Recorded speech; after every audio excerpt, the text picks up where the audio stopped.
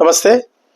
ఓట్ల చోరీ, ఓట్ల దొంగతనం, దొంగ ఓట్లు, దొంగ నోట్లు ఇట్లా నోటికొచ్చింది మాట్లాడుతూ కాంగ్రెస్ పార్టీ ఒక వికృతమైన ఒక ప్రచారాన్ని ఈరోజు దేశవ్యాప్తంగా చేస్తుంది.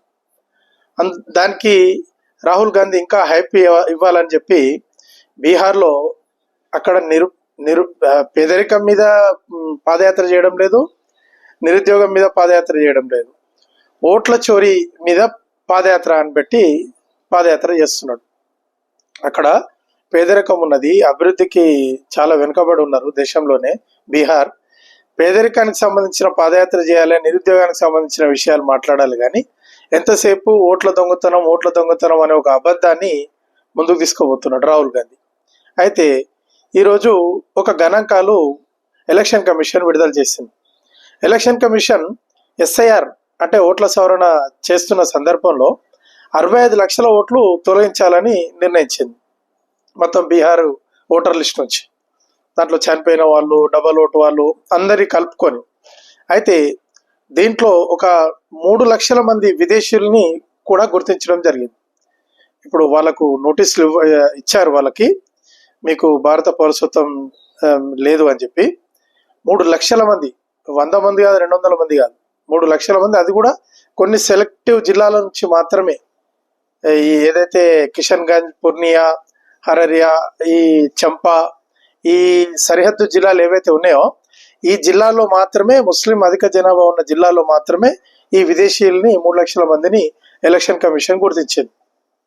ఇప్పుడు వీళ్ళని కూడా తొలగించే ప్రక్రియ ప్రారంభమైంది. ఇప్పుడు ఎలక్షన్ కమిషన్ ఒక గణాంకం ఏం విడుదల చేసిందంటే, రాజకీయ పార్టీల నుంచి వచ్చిన అబ్జెక్షన్స్ అవి సిపిఎం నుంచి 108, ఆర్జేడి లాలూ ప్రసాద్ పార్టీ నుంచి 9, కాంగ్రెస్ పార్టీ నుంచి 0.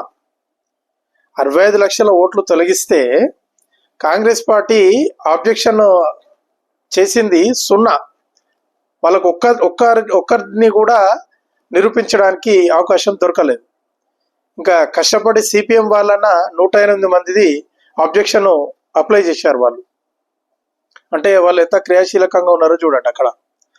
మరి 9 మందికి సంబంధించి ఆర్జేడీ పార్టీ, లాలూ ప్రసాద్ యాదవ్కి సంబంధించిన పార్టీ. అంటే ఇక్కడ కాంగ్రెస్ పార్టీ హవా మే తీర్ అని అంటారు కదా, ఊరికే గాలిలో ఒక రాయి వేసి చూడన్నట్టుగా ఒక రాయి వేసేసి ఒక అబద్ధాన్ని, దాన్ని ఏదో హైప్ క్రియేట్ చేసి ఓట్ల దొంగతనం. అసలు ఆ పదానికి అర్థమే లేదు. అసలు ఓట్ల దొంగతనం అన్న పదం విదేశీయులను గుర్తించి చనిపోయిన వాళ్ళ ఓట్లు తొలగించడం, డబల్ ఓట్ల వాళ్ళని తొలగించడం అనే ప్రక్రియ సహజంగా ఎలక్షన్ కమిషన్ చేసే ప్రక్రియ. దానికి మీరు ఒక రాజకీయ పార్టీగా ఏదైనా అబ్జెక్షన్ ఉంటే మీరు దాన్ని అఫీషియల్గా అడగాలి. ఇదిగో ఈ ఓటు తొలగింపులో మాకు అబ్జెక్షన్ ఉన్నది అని చెప్పి దాన్ని అప్లై చేయాలి. మీరు 65 లక్షల ఓట్లు తొలగిస్తే 120 ఏళ్ళ పార్టీ, మీరు ఒక్కటి కూడా మీకు దొరకలేదు అంటే మీ క్యాడర్ అసలు పనిలోనే లేదు. మీ క్యాడర్ మీ వెనకాలనే జోకర్ వెనకాలనే నడుస్తున్నది. సిపిఎం వాళ్ళన్న 108 ఆబ్జెక్షన్స్ ముందుకు తీసుకొచ్చారు, ఆర్జేడీ పార్టీ 9 ఆబ్జెక్షన్స్ ముందుకు తీసుకొచ్చారు. కాబట్టి ఈ రాహుల్ గాంధీ ఈ అబద్ధం బూమరాంగ్ అయి ఆయనకే గుచ్చుకుంటుంది. నా ఈ వీడియో మీకు నచ్చినట్లయితే లైక్ చేయండి, షేర్ చేయండి, నా ఛానల్ సబ్స్క్రైబ్ చేసుకోండి. జై హింద్.